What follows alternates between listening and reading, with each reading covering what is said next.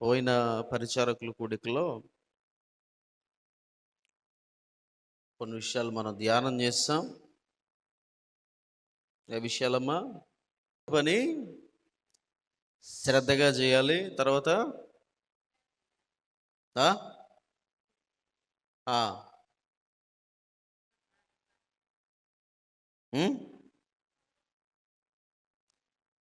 పరలోకమును స్వాస్థ్యము మనకుందని నిరీక్షణతో కాక దేవుని నిమిత్తం పరిచర్య చేయాలి. మనుషుల నిమిత్తం గాక దేవుని నిమిత్తం పరిచర్య చేయాలి. ఆసక్తి విషయంలో మాద్యులు కాకుండా ఉండాలి. ఆసక్తి విషయంలో మందులు అవ్వకుండా ఉండాలి. నమ్మకమైన వారే ఉండాలి. మన నమ్మకత్వాన్ని దైవజనుని ఎదుట దేవుని ఎదుట మనం కనపరచాలి. తర్వాత సంపూర్ణంగా పనిచేయాలి. అన్ని విషయములలో మితంగా ఉండాలి. శ్రమ పడాలి. స్వార్థికుని పని చేయాలి. అంతేనా? Very good. ఎంతమంది ఈ నెల రోజుల్లో స్వార్థికుని పని చేస్తారు?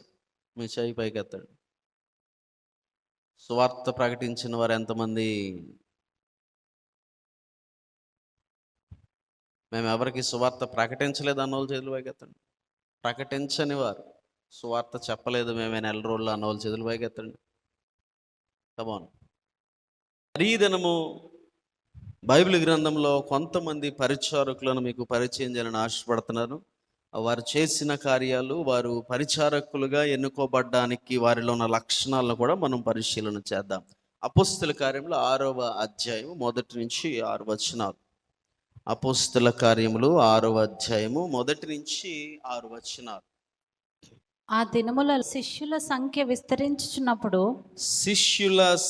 విస్తరించుచున్నప్పుడు అనుదిన పరిచర్యలో తమలోని విధవరాండ్రను చిన్న చూపు చూచిరని హెబ్రీయుల మీద గ్రీకు భాష మాట్లాడు యూదులు సనుగసాగిరి. అప్పుడు 12 అపోస్తులు తమ యొద్దకు శిష్యుల సమూహమును పిలిచి, మేము దేవుని వాక్యము బోధించుట మాని ఆహారము పంచిపెట్టుట యుక్తము కాదు.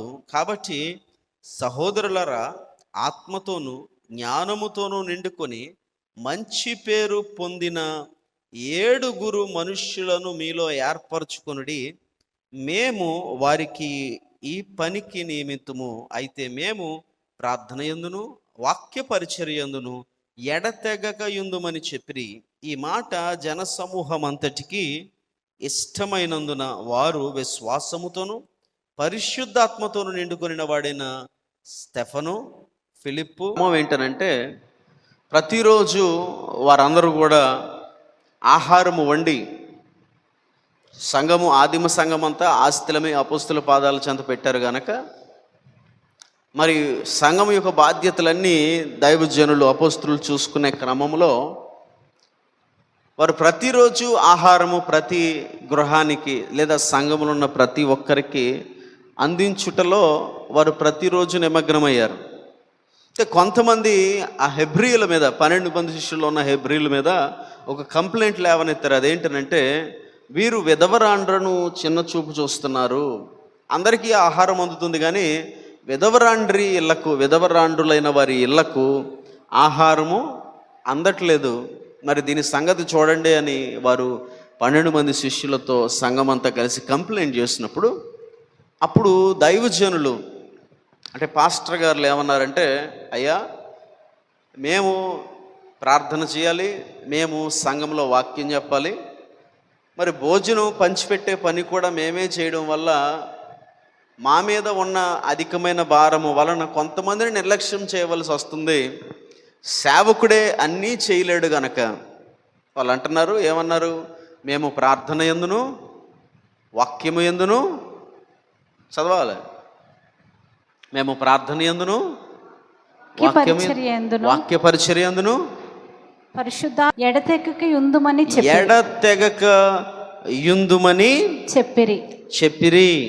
మేము ప్రార్థన యందు వాక్య పరిచర్య యందును సేవకులముగా, పాస్టర్లముగా సంఘాన్ని నడిపించేటప్పుడు సేవకుడైన వాడికి అధిక భారాలు ఉండిన ఎడల, అంటే వన్ అండ్ ఓన్లీగా అన్నీ చేసుకుంటే సేవకుడు త్వరగా అతడు నీరసం అయిపోయే పరిస్థితి ఉంటుంది, కొంతమందిని నిర్లక్ష్యము చేసే పరిస్థితి ఉంటుంది, అన్నీ అతను చేయలేడు గనక, అతను కూడా మనిషే గనక వీరన్నారు, మేము ప్రార్థన యందు, వాక్యము యందు, వాక్య పరిచర్య యందు, అంటే ప్రార్థన చేసే పని, వాక్యము ప్రకటించే పని మేము పెట్టుకుంటాం.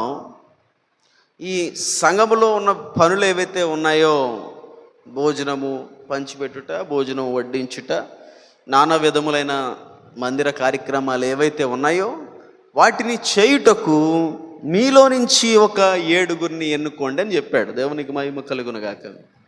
అర్థమైందా? మొట్టమొదటిగా పరిచారకులను సంఘంలో నియమించవలసిన అవసరం ఎందుకు వచ్చిందంటే, భారమంతా దైవజనుడి మీద పెడితే అన్నీ ఒక్కడే చేసుకోగలిగిన పరిస్థితిలో అతను ఉండడు గనుక కొంతమందిని నిర్లక్ష్యం చేసే అవకాశం ఉంటుంది, ప్రార్థన చేసే అవకాశం తక్కువ అవుతుంది. ప్రార్థన చేయడం, వాక్యము ప్రకటించడము దైవజనుడి పని అయితే, సంఘములో ఉన్న పరిచర్య లేదా మందిరంలో ఉన్న అవసరాలను గుర్తెరిగి వాటి నిమిత్తం పని చేయుట అది మీ పని గనక, మీరు ప్రార్థన చేసి ఉపవాసం ఉండి ఒక 7 ఏర్పాటు చేయండి అన్నాడు. దేవునికి మహిమ కలుగునుగాక. అదవుతుందా మీకు నా మాట? అయితే ఆ పరిచారకులకు ఉండవలసిన లక్షణాలు ఏంటో చెప్పాడు. చూడండి 3. కాబట్టి సహోదరులారా, ఆత్మతోనూ జ్ఞానముతోనూ నిండుకొని మంచి పేరు పొందిన 3 విషయాలు ఇందులో ఉన్నాయి. మరొక విషయము 6వ వచనంలో కూడా కనపడుతుంది. చూడండి, ఈ మాట జనసమూహం అంతటికి ఇష్టమైనందున వారు 5 వారు విశ్వాసముతోనూ పరిశుద్ధాత్మతోనూ నిండుకొనిన వాడే. ఇక్కడికి 4 లక్షణాలు ఇందులో మనకు కనబడుతున్నాయి. మొట్టమొదటిది పరిశుద్ధాత్మతో నిండుకోవాలి. పరిచారకునికి ఉండవలసిన మొట్టమొదటి లక్షణం ఏంటి చెప్పాలేంటి? పరిశుద్ధాత్మతో నిండుకోవాలి లేదా నింపబడాలి. ఇది మొట్టమొదటి పరిచారకులకు ఉండవలసిన మొట్టమొదటి క్రైటీరియా, మొట్టమొదటి విషయం ఏంటది? పరిశుద్ధాత్మతో నింపబడాలి, నిండుకోవాలి. అనేక సార్లు మీకు నేను బోధించాను, మళ్ళీ రెఫరెన్స్లు తీసి చెప్పాల్సిన అవసరం లేదు. పరిశుద్ధాత్ముడు బాప్తిసం తీసుకోగానే మనకు అనుగ్రహింపబడిన వరమే అయినప్పటికీ ఆ వరము ద్వారాగా నింపబడడం మన బాధ్యత. మనము ప్రార్థన చేసి పరిశుద్ధాత్మతో నింపబడాలి, పరిశుద్ధాత్మతో నిండుకోవాలి. అది మన చేతిలో ఉంది అనే విషయాన్ని మీరు గ్రహించాలి. మన దగ్గర నీరు సమృద్ధిగా ఉంది, ట్యాంకు కూడా ఉంది. కానీ ట్యాంకు నిండాలంటే ఏం చేయాలి? మోటార్ తిరగాలి. మోటార్ తిరుగుతూ ఉంటే తిరుగుతున్నంతసేపు ఏమవుతుంది? ట్యాంకు నిండుతూ ఉంటుంది. గమనించాలి. నీళ్లు మనయే, ట్యాంకు మనదే. కానీ మోటార్ పని చేయకపోతే మీకు అర్థమవుతుందా? ఒక చిన్న ఉదాహరణ మీకు అర్థం అవ్వడానికి. పరిశుద్ధాత్మ అనే వరము బాప్తిసం పొందుకున్న ప్రతి ఒక్కరికి దేవుడిచ్చాడు. కానీ ఆత్మతో నింపబడడం అనేది అది మన చేతిలో ఉంది. మనము అడిగి వేడుకొని మోకరించి కన్నీరు గార్చి, ఎలాగైతే అపోస్తులు మేడగదిలో వారు పరిచర్యకు వచ్చేటప్పుడు అగ్నినాలికలుగా పరిశుద్ధాత్ముడు విభాగింపబడి వారి తలలపైన వ్రాలునంత వరకు వారు ప్రార్థన చేసి పొందుకున్నారో, అలాగ పట్టుదలతో విశ్వాసంతో ప్రార్థన చేసి పరిశుద్ధాత్మ దేవుని యొక్క ప్రసన్నత, ఆయన యొక్క హస్తము, ఆయన యొక్క నింపుదల నువ్వు పొందుకునే వరకు కూడా పరిశుద్ధాత్మ దేవుని సన్నిధిలో నువ్వు ప్రార్థన చేయాలి. ఎంతమంది పరిశుద్ధాత్మ అనుభవాలు లేదా పరిశుద్ధాత్మతో నిండుకున్న వారు పరిచర్యలో ఉన్నారో మిమ్మల్ని మీరు గమనించుకోవాలి. ఇది ఎవరు చెక్ చేసేది కాదు. నేను చెక్ చేస్తే మీరు చెప్పేది కాదు, లేదా మీరు చెబితే నేను నమ్మేది కాదు. ఇది వ్యక్తిగత అనుభవం. పరిశుద్ధాత్మతో మీరు నింపబడినప్పుడు, నిండుకున్నప్పుడు సంఘములో మీ యొక్క పరిచర్య లేదా సంఘములో పరిచర్యలో మీరు పెడుతున్న శ్రద్ధ, లేదా మీకున్న జ్ఞానము, లేదా దేవుని సంఘములో మీరు పాడేటప్పుడు, ప్రార్థన చేసినప్పుడు, దైవ సేవకునిగా మిమ్మల్ని గమనించినప్పుడు మీలో పరిశుద్ధాత్ముడు ఉన్నాడు అని నాకు అర్థం అవ్వాలి, లేదా తోటి విశ్వాసులకు అర్థం అవ్వాలి. కొన్ని సూచనలు దాని కొరకు బైబిల్ గ్రంథంలో రాయబడ్డాయి. ఆత్మతో నింపబడిన వారు, అందులో మొట్టమొదటి సూచన, ఆత్మతో నింపబడిన వారు భాషలు మాట్లాడతారు. అదొకటే సూచన కాదు. వారు దర్శనములు చూస్తారు, వారు ప్రవచనములు చెబుతారు, వారు స్తుతిస్తారు, వారు ఉచ్చరింప సఖ్యం కానీ మూలుగులతో దేవునికి ప్రార్థన చేస్తారు. ఇలా కొన్ని సూచనలు ఉన్నాయి. మీకు అనేక సార్లు చెప్పాను నేను, కరెంటు షాక్ నాకు కొట్టింది, కానీ కరెంటు షాక్ ఎలా ఉంటుందో తెలియదంటే దాన్ని ఏమంటారు? అది అబద్ధం. శక్తి ఉన్నప్పుడు దాన్ని ఖచ్చితంగా మనం అనుభవిస్తాం. మేము ఎప్పుడు అనుభవించలేదు.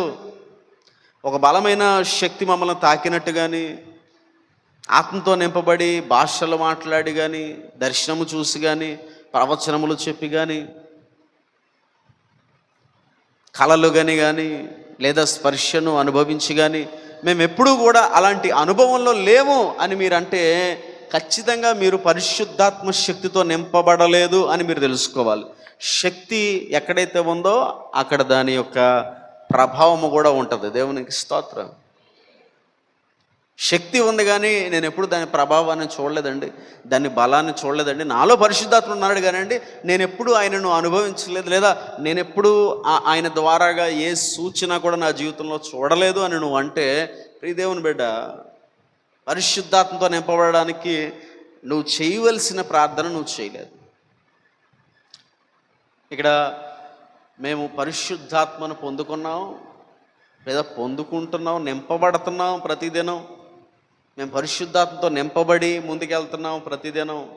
కనీసం రోజులో ఒకసారి లేదా వారంలో కనీసం ఒకసారి పరిశుద్ధాత్మ శక్తి మమ్మల్ని ఆవరించుట మేము అనుభవిస్తున్నాం అన్నవాళ్ళు, పరిచారకులుగా కొనసాగుతున్న వారిలో ఎవరైనా ఉంటే చేతులు పైకెత్తండి.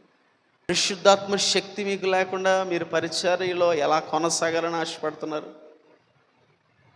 గమనించాలి. మీకు అనేకసార్లు చెప్పాను, ఇది మీరు కేవలము పరిచారకులుగా మిమ్మల్ని ఏర్పాటు చేసుకున్నాం, పరిచర్యలో మీరు ఉన్నారు తప్ప పరిచారకులుగా ఇంకా మిమ్మల్ని అభిషేకించలేదన్న విషయాన్ని గుర్తుపెట్టుకోవాలి. అనేకసార్లు మీకు చెప్పాను, వచ్చే సంవత్సరానికి 7 సంవత్సరాలు అవుతుంది. ఆ తర్వాత మిమ్మల్ని గమనించి ఎవరైతే ఆత్మలో వర్ధిల్లుతున్నారో, పరిశుద్ధాత్మ అనుభవాలు ఎవరైతే కలిగి ఉన్నారో వారిని ముందు నిలవబెట్టి అభిషేకించడం జరుగుతుంది. వారు అఫీషియల్గా అక్కడి నుంచి పరిచారకులుగా కొనసాగుతారు.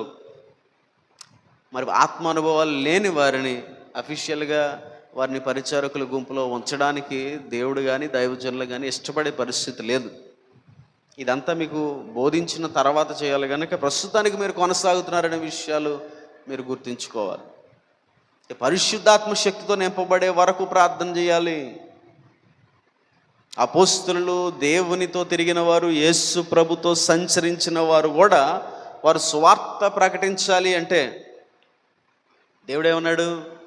నేను వెలుచున్నాను, వేరొక ఆదరణకర్త మీ కొరకు వచ్చున్నాడు కనుక మీరు ఖచ్చితముగా చూడండి. అపోస్తల కార్యములు 2వ అధ్యాయము, అపోస్తల కార్యములు 2వ అధ్యాయం మొట్టమొదటి వచనం నుంచి చదువుదా. వచనం ఒకసారి చదివి ఇక్కడికి వద్దాం. అయినను పరిశుద్ధాత్మ మీ మీదకి వచ్చినప్పుడు, పరిశుద్ధాత్మ మీ మీదకు వచ్చినప్పుడు మీరు శక్తి నొందెదరు, మీరు శక్తి నొందెదరు గనుక మీరు యెరూషలేములోను యూదయ సమరయ దేశమునందు ఎందంతటను బూదిగంతముల వరకు నాకు సాక్షులయ్యుందురని వారితో చెప్పాను. దేవునికి స్తోత్రం. చూడండి, యేసు ప్రభుతో తిరిగి, యేసు ప్రభుతో నేరుగా మాట్లాడి, యేసు ప్రభు ఎక్కడ పండుకుంటున్నాడో అక్కడే పండుకుని, యేసు ప్రభు మాటలు నేరుగా విని, ఇంకా బాగా చెప్పాలంటే యేసు ప్రభు చేత కాళ్ళు కడిగించుకున్న శిష్యులు వీరు. నీలాంటి నాలాంటి వారు కాదు. వీరికి యేసు ప్రభుతో ఉన్న అనుభవం ఎలాంటిది? ప్రత్యక్షమైన కళ్ళతో చూసి, చెవులతో విని, నోటితో మాట్లాడి సంభాషించి, ఆయన రొట్టె విరిస్తే ఆయన చేతుల మీదుగా తిని, ఆయన ద్రాక్షరసం ఇస్తే ఆయన చేతుల మీదుగా ఆ పాత్రను అందుకుని, ఆయనతో పాటు ఒకే స్థలంలో పండుకొని, ఆయన సముద్రమును అణిచితే కల్లారా చూచి, ఆయన నీళ్ళ మీద నడిస్తే ఆయనతో పాటు నీళ్ళ మీద నడిచి, ఆయన చనిపోయిన వారిని లేపితే ఆయనతో పాటు ఆ దృశ్యాలను నేరుగా చూసిన వ్యక్తులు వీరు. చాలా ధన్యులు.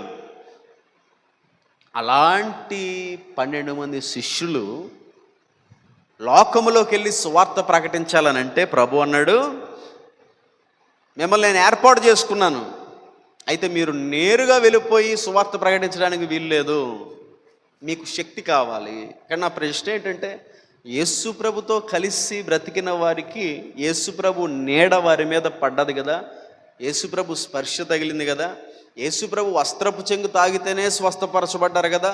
ఇప్పుడు యేసు ప్రభుతో కలిసి సహవాసము చేసిన వారికి ప్రభువులో ఉన్న శక్తి వారిలో లేదంటారా? ఉండదా?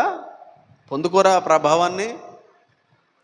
ఎంతో దూరములో ఉన్న సూర్యుని యొక్క వెలుగు మరెంతో దూరములో ఉన్న చంద్రుని మీద పడి కొన్ని కోట్ల సంవత్సరాలుగా ప్రతి రాత్రి చంద్రుడు వెలిగిస్తున్నాడే. యేసు ప్రభు పక్కనే తిరిగి యేసు ప్రభు చేతులుంచి యేసు ప్రభు అభిషేకించిన దైవజనులు వీరు. దేవునికి స్తోత్రం. ఒక రాత్రంతా ఉపవాసం ఉండి, చెమట రక్తమయ్యేంతగా ఉపవాసం ఉండి, కొండ దిగి వచ్చి ఈ 12 మంది శిష్యులను యేసు ప్రభు ఎక్విప్ చేసుకున్నాడు. అంటే ఎంత ధన్యులు వీరంతా. కానీ ప్రభు అంటున్నాడు, ఎంత ధన్యులైన మీరు కూడా లోకంలోకి వెళ్ళి సువార్త ప్రకటించాలంటే మీకు కొరతగా ఉన్నది ఒకటి ఉంది. అదేంటో తెలుసా? శక్తి. అది ఎవరి శక్తి? పరిశుద్ధాత్ముని శక్తి. అంటున్నాడు, ఆయన మీ మీదకు వచ్చినప్పుడు మీరేం పొందుకుంటారు? శక్తి పొందుకుంటారు. అంటే ఒక సూచన చెప్పాడు యేసు ప్రభు. ఇప్పుడు నేను వెళ్తున్నాను రా, ఆ వేరొక ఆదరణకర్త వస్తాడు, ఆయన వచ్చాడని, నేను వెళ్ళగానే ఆయన వచ్చేస్తాడు, ఆయన వచ్చాడని మీరు సంతృప్తి చెంది, అంటే మా కొరకు దేవుడు పంపించాడు కదా, పరిశుద్ధాత్ముడు మాతోనే ఉంటాడు, మాలోనే ఉంటాడు, మా వెంబడే ఉంటాడు కదా అని మీరు సంతృప్తి చెందితే కుదరదు. మీకు ఒక సూచన కనబడాలి. ఏంటా సూచన? ఏంటా సూచన? చెప్పాలి. ఏంటా సూచన? చెప్పాలి. ఏంటా సూచన? పరిశుద్ధాత్మ వచ్చాడు, పరిశుద్ధాత్మ హృదయంలో ఉన్నాడు, నింపాడు మనల్ని అనడానికి సూచన ఏంటన్నాడు? చెప్పాలి. ఇందాకదాకా అదే మీకు చెప్పాను. ఏంటది? గట్టిగా చెప్పాలి. ఆయన మీ మీదకు వచ్చినప్పుడు మీరేం పొందుకుంటారు? మీకు అది చెప్పాను. పవర్ అనేది ఎక్కడున్నా సరే దాని యొక్క ప్రభావం తెలియాలి. పరిశుద్ధాత్ముడు మనలో ఉన్నాడు, లేదా పరిశుద్ధాత్మతో మనం నింపబడ్డామంటే శక్తి మనకు తెలియాలి. మీరు ఎలా తెలుసుకుంటారు? పరిశుద్ధాత్ముడు మీ మీదకి వచ్చినప్పుడు ఏం పొందుకుంటారు? శక్తి పొందుకుంటారు.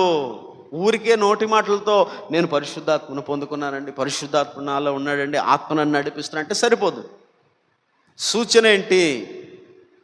ఏ అనుభవం నీకుంది పరిశుద్ధాత్ముడు నీలో ఉన్నాడనడానికి? ఒక మనిషి బలంగా కొడితేనే తెలుస్తో తెలీదా? తెలుస్తో తెలీదా? ఏం తెలియదు అన్నావంటే కొంతమంది నించుంటారు, లాగి పెట్టి కొట్టినా సరే ఏం లేదంటారు. అంటే అర్థం ఏంటి? ఆడు తోలు మందం అయిపోయాడు. అంటే ఆడిని కొట్టినా దున్నపోతు మీద వర్షం పడుతున్నట్టుగా ఉందంటే ఏమైపోయాడు? మందబుద్ధి ఉంది ఆడికి. ఆడు గుర్తించలేకపోతున్నాడు, ఆడికి దెబ్బ తగలట్లేదు. పరిశుద్ధాత్మ శక్తిని మీరు పొందుకోవాలంటే మీరు ముందు సున్నిత హృదయస్తులు అవ్వాలి, దేవుని సన్నిధిలో విరిగి నలిగిపోవాలి, మొండి మనస్సును తీసి పక్కన పెట్టాలి, ఏడ్చి కనిపెట్టాలి. ప్రభు అన్నాడు. అప్పుడు వీరేం చేశారంటే 2వ అధ్యాయం మొట్టమొదటి వచనం నుంచి 6 వచనాలు.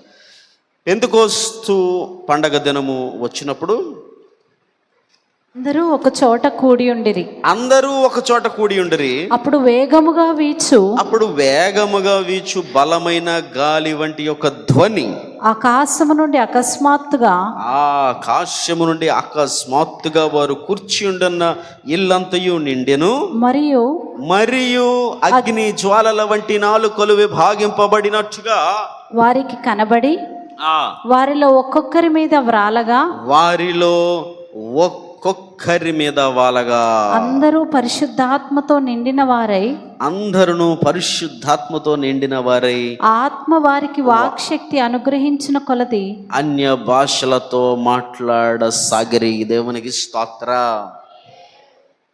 క్రొత్త నిబంధనలో పరిశుద్ధాత్మతో నిండుకొనిన వారు అనుభవించిన మొట్టమొదటి సూచన అన్య భాషలు. దేవునికి స్తోత్రం. ఈరోజు ఎంతమంది వ్యతిరేకించినా, ఎంతమంది దేవుని బిడలే లేదా దైవజనులే పరిశుద్ధాత్మ భాషలను వెక్కిరిస్తున్నా, వారు వెక్కిరిస్తున్నారంటే వారు మనుష్యులను వెక్కిరించట్లేదు, వారు వాక్యమును వెక్కిరిస్తున్నారు. పరిశుద్ధాత్ముడు మొట్టమొదటిగా ఆయన బిడలను నింపినప్పుడు ఆయన కనపరిచిన సూచన అన్య భాష అనే సంగతి గుర్తుపెట్టుకోవాలి. దేవునికి స్తోత్రం. అయితే అందరూ భాషలు మాట్లాడతారంటే మాట్లాడకపోవచ్చు. అయినప్పటికీ సూచన లేకుండా శక్తి పొందుకున్నాం అనడానికి ఆస్కారమే లేదు అనే సంగతి గుర్తుపెట్టుకోవాలి. మళ్ళీ మళ్ళీ మీకు చెప్తున్నాను, దొంగ బోధలు వచ్చేసినాయి, మనల్ని తప్పు పట్టించే బోధలు వచ్చేసినాయి. వారు కూడా వాడుకునేది బైబిల్నే వాడుకుంటారు, బయట పుస్తకాలు ఏమి తీసుకురారు.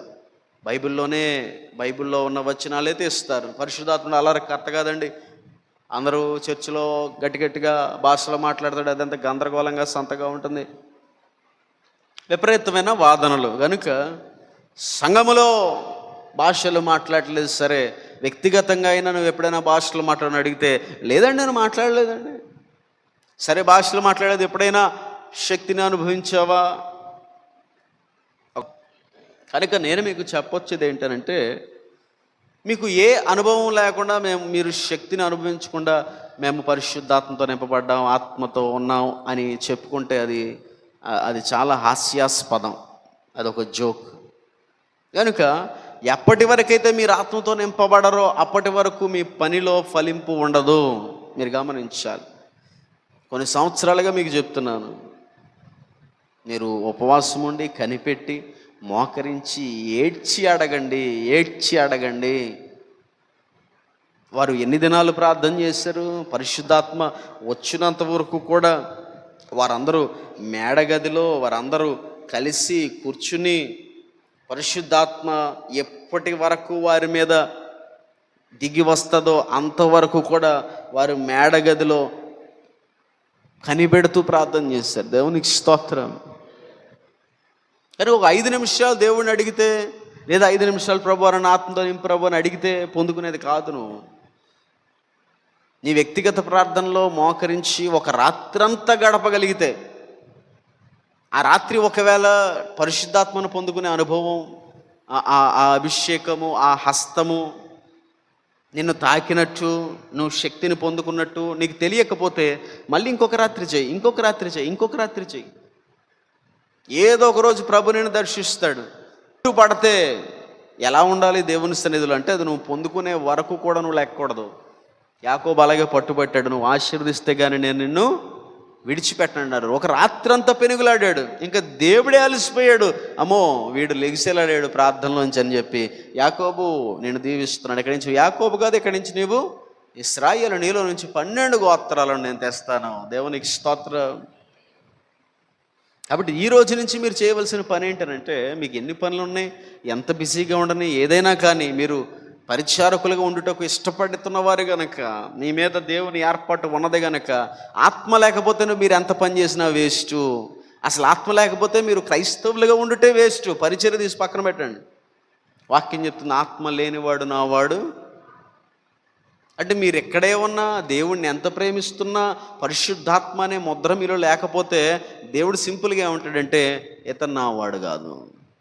చర్చికి వచ్చినా, బాప్తిసం తీసుకున్నా, బ్లంట్గా బాప్తిసం తీసుకున్న తర్వాత పరిశుద్ధాత్మన వరం మాకు వచ్చేసిందని కొన్ని సంఘాలు అంటున్నట్లుగా మీరు అనేసుకుంటే అది అవాస్తవం. ఈ బైబిల్ దాన్ని ఒప్పుకోదు. ఖచ్చితంగా మీరు పంచుకోగలగాలి. ఇదిగో పలానా రోజు నేను పరిశుద్ధాత్మను పొందుకున్నప్పుడు, ఇదిగో నేను శక్తిని పొందుకున్నాను, నేను భాషలో మాట్లాడాను, నేను దర్శనాన్ని చూశాను, దేవుడు నన్ను ఎత్తైన పర్వతం మీద, ఏదో ఒకటి నా అనుభవాలు మీరు అడిగితే నేను చెప్తాను. నా 22 ఏళ్ల వయసులో నేను పరిశుద్ధాత్మను పొందుకున్నాను. బలముగా ఆత్మ ద్వారాగా నింపబడ్డాను. 1000 వోల్ట్లు కరెంటు షాక్ కొడితే ఒక మనిషి మాడిపోయేంత కరెంటు షాక్ కొడితే వాడు ఎలా ఫీల్ అవుతాడో అలాంటి శక్తి నేను పొందుకున్నాను. దేవుడు నన్ను పర్వతం మీద కొనిపోవటం నేను అనుభవించాను. భాషలు మాట్లాడాను, దర్శనాలు చూశాను, వాగ్దానాలు పొందుకున్నాను. నా గదిలోకి మేఘములు దిగి వచ్చుట నేను చూశాను. మేఘములు నా గదిలో అలా రాలుట నేను చూశాను. ఇలా చాలా అనుభవాలు నేను చెప్పగలను. నేను పోరాడాను. నా గదిలో మోకరించి ప్రార్థన చేసేవాడిని, రాత్రి అంతా గోడ కుర్చేసి ప్రార్థన చేసేవాడు. అనేకసార్లు మీకు నేను చెప్పాను, పచ్చిమిరపకాయలు మోకాళ్ళకు పెట్టుకుని ప్రార్థన చేశాను. మోకాళ్ళు మంట, నిద్ర రాకుండా నన్ను నిలబెడుతుందని. ఇంకా తీవ్రంగా ప్రభా ఆటవికంగా చేయమని మిమ్మల్ని చెప్పట్లేదు సుమా, అది నా అనుభవం మాత్రమే. అంటే నువ్వు దర్శిస్తే తప్ప, నువ్వు నాకు కనబడితే తప్ప, నువ్వు నాతో మాట్లాడితే తప్ప నేను దీన్ని చేయలేనయ్యా. నాకు ముందు తెలియాలి. నేను బ్లంట్గా నా దేవుడు గొప్పవాడని చెప్తే సరిపోద్దా? ఆయన శక్తిని నేను అనుభవించకుండా, ఆయన ఉన్నాడు అన్న రుజువు నేను తెలుసుకోకుండా నేను ఎలా ప్రకటించగలను? ఎలా ముందుకెళ్ళగలను? ఆయన నాతో ఉన్నాడంటే ఆయన స్పర్శ నేను అనుభవించాలి, ఆయన స్వరము నేను వినాలి, ఆయన మహిమను నేను చూడాలి, ఆయన ఇచ్చిన వరము నేను పొందుకోవాలి, పరిశుద్ధాత్మను నిండుకోవాలి. కనుక ప్రియ దేవుని బిడ్డలారా, ఇక్కడున్న మీరు క్రైస్తవులుగా ఉండాలన్నా, పరిచారకులుగా ఉండాలన్నా మీరేం పొందుకోవాలి? ఏం పొందుకోవాలి? మొట్టమొదటిగా అంటే గమనించండి, ఆ సంఘములో చాలామంది విశ్వాసులు ఉన్నారు, కానీ అందులో ఆత్మతో నిండుకొని వారు ఎంతమంది ఉన్నారు? 7 మాత్రమే ఎక్విప్ చేయమన్నాడు. గనక ఆత్మను పొందుకున్న వారిలో కూడా ఎక్కువ అనుభవాలు కలిగిన ఒక 7 తీసుకున్నారు. అందులో ఆత్మతో జ్ఞానముతో నిండుకుని మొట్టమొదటి వాడు స్టెఫెను. దేవునికి స్తోత్రం, హల్లెలూయా. ఎంత గొప్ప ధన్యత! దీనికి ఏం కావాలి? పోరాటం కావాలి. ఎక్కడ కావాలి పోరాటం? ఎక్కడ? మీ ప్రార్థనా గదిలో పోరాటం కావాలి. దీనికి ఏం కావాలి? నిద్రను త్యాగం చేయాలి. మీరు గమనించండి, ఆత్మ అనుభవాలు జ్ఞానం పొందుకోవాలనుకునేవాడు, ఆత్మ అనుభవాలు పొందుకునేవాడు, వాక్య జ్ఞానం పొందుకోవాలనుకునేవాడు ముందు త్యాగం చేయవలసింది ఏంటో తెలుసా? ఏంటి? నిద్రను త్యాగం చేసే డెసిషన్ నీకు గనక లేకపోతే అసలు పరిశుద్ధాత్ముడి సంగతి పక్కన పెట్టు, ఆత్మజ్ఞానమే రాదు. క్రైస్తవులు మొట్టమొదటిగా త్యాగం చేయవలసిందేంటి? రాత్రులు ప్రశాంతంగా పడుకున్న రోజులు నా జీవితంలో చాలా తక్కువ. నాకు నిద్ర పట్టదు. తెల్లవారుజామున ఎప్పుడో పడుకుంటారు. ప్రార్థన, నిద్రను త్యాగం చేయగలిగితేనే ఆత్మీయతలో ఇంకా చాలా శిఖరానికి ఎదగలం. ఎందుకంటే ఆ సమయంలో ఊరంతా పడుకుంటుంది, చాలా నిశ్శబ్దంగా ఉంటుంది, ఎవడు నీకు ఫోన్ చేయడు, నీకు ఏ పని ఉండదు, కాన్సన్ట్రేషన్ అంతా ఎక్కడ ఉంటుంది? పగలెంత ప్రార్థన చేసుకున్నా, సాయంత్రం ఎంత ప్రార్థన చేసినా, తెల్లారుజామున ఎంత ప్రార్థన చేసినా సరే ఏదో ఒక డిస్టర్బెన్స్ ఎక్కడో చోట తగులుతూ ఉంటుంది.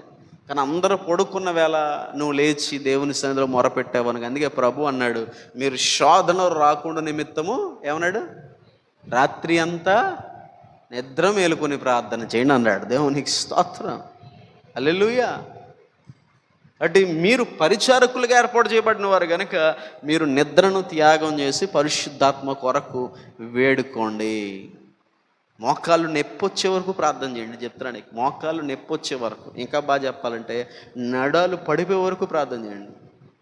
మోకాళ్ళు నొప్పి వస్తుందని కూర్చుని ప్రార్థన చేస్తే కుదరదు. మోకాళ్ళు నొప్పి వస్తే గోడ కూర్చేసి ప్రార్థన చేయండి. కాళ్ళు ఇరిగిపోయే వరకు ప్రార్థన చేయండి. ఇది విచిత్రంగా వింతగా మీకు అనిపించవచ్చు, దీని ఫలం మీకు తెలియదు, నాకు తెలుసు కనుక చెప్తున్నాను. రోషం ఉన్నోడికే శక్తి అనుగ్రహింపబడుతుంది, పోరాటం చేసేవాడికే విజయం. పోరాటం లేకపోతే ఎలాగా? ప్రార్థన అనేది ఒక పోరాటం. ప్రార్థన గది అనేది ఒక యుద్ధ భూమి. దేవునికి స్తోత్రం. ఆ యుద్ధ భూమిలోకి నువ్వు అడుగుపెట్టి పోరాటము చేసి పొందుకోవాలి. దేవునికి స్తోత్రం. విజయము ఆత్మశక్తి. దేవునికి మహిమ కలుగునుగాక. కాబట్టి మొట్టమొదటిదేంటి? మీరు వచ్చే పరిచారకుల కూడికి నాకు చెప్పాలి. అయిపోతుంది, అది వివరించడానికి వీల్లేదు, అది అనుభవించాలంతే. చేయండి, ఆరోగ్యాలు ఏం పాడవు. దేవునికి స్తోత్రం. ఆరోగ్యం ఇచ్చేవాడే పరిశుద్ధాత్ముడు. దేవునికి మహిమ కలుగును గాక.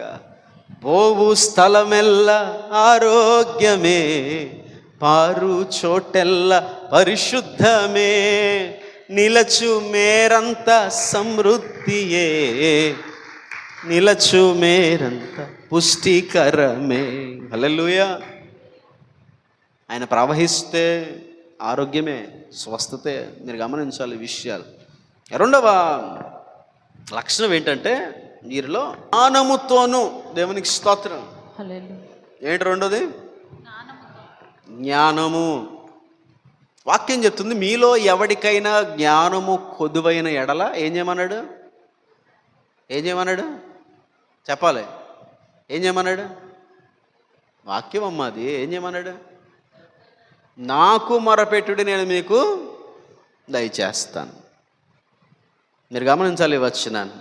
ఇది ఎప్పటి నుంచి కాదు, పాత నిబంధన నుంచి, రాజులు కాలము నుంచి కూడా ఈ జ్ఞానము అనే పదాన్ని పదే పదే పదే పదే బైబిల్ గ్రంథం రాయిస్తూ, క్రొత్త నిబంధనలోకి వచ్చేసరికి యేసు ప్రభు కూడా అంటున్నాడు, మేము గోడల మీద నిలుచుని పిల్లన గ్రో ఊదితిమి కానీ మీరు నాట్యమాడమైతిరి. ఇదే సామెతల గ్రంథంలోను ప్రసంగిలోను కూడా మీకు కనబడుతుంది.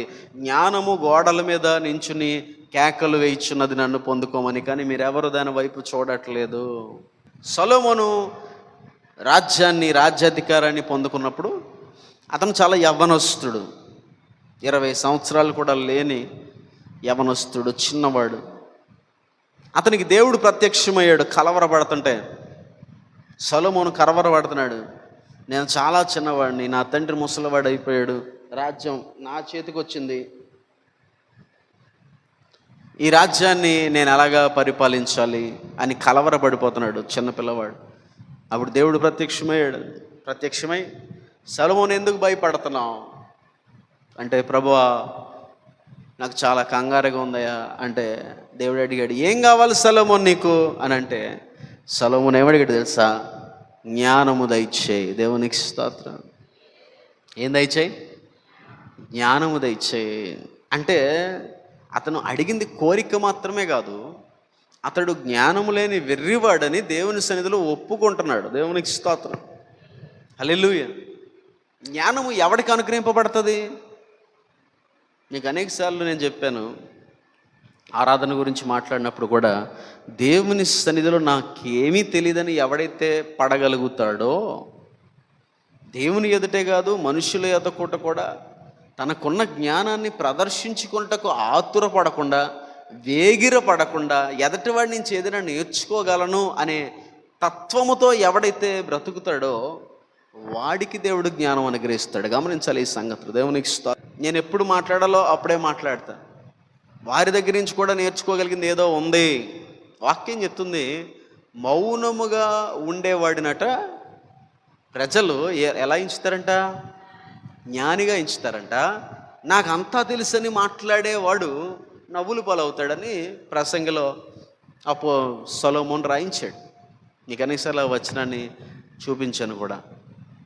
కనుక ప్రియదేవుని బిడ్డలారా, మనుషుల ఎదుటే మౌనముగా ఉండేవాడిని దేవుడు జ్ఞానిగా ఎంచితే, మనుషులు జ్ఞానంగా ఎంచితే, నిజమైన జ్ఞానం నీకు కావాలంటే దేవుని సన్నిధిలోకి వెళ్ళి నాకేమీ తెలియదు అని మనస్ఫూర్తిగా ఒప్పుకోగలగాలి. దేవునికి స్తోత్రం. ఎప్పుడు? నీకో మోస్తరు తెలిసిన తర్వాత కూడా. దేవునికి స్తోత్రం. హల్లెలూయా. ఈరోజు 4 మొక్కలు తెలిస్తే, 4 మొక్కలే, ఎక్కువ అక్కర్లా, 4 మొక్కలు, బైబిల్లో చిన్న సబ్జెక్టు తెలిస్తే ఈరోజు దుస్థితి ఎలా అయిపోయింది? యూట్యూబ్లో ఒక్క వీడియో చూసి 4 విషయాలు నేర్చుకుంటే ఎలాగైపోయారు యవనస్తులంటే, మాకు ఇంకా అంతా తెలిసిపోయింది. ఒక మందస్సం గురించి 4 విషయాలు తెలుసుకున్నాడు అనుకోడు. ముందు గంగాలం గురించి, పరిశుద్ధ స్థలం గురించి, అతి పరిశుద్ధ స్థలం గురించి, కరుణాపీఠం గురించి, కెరూపు శరాపుల గురించి, తుమ్మకర్ర గురించి, ఇలాగేదో 4 విషయాలు తెలుసుకున్నాడు. ఇంకా అంతే అయిపోయింది జీవితం.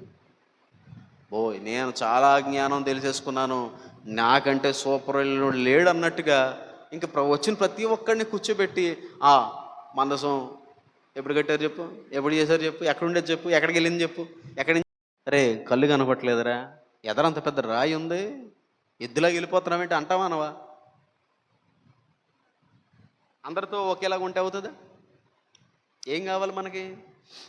తగిన జ్ఞానము.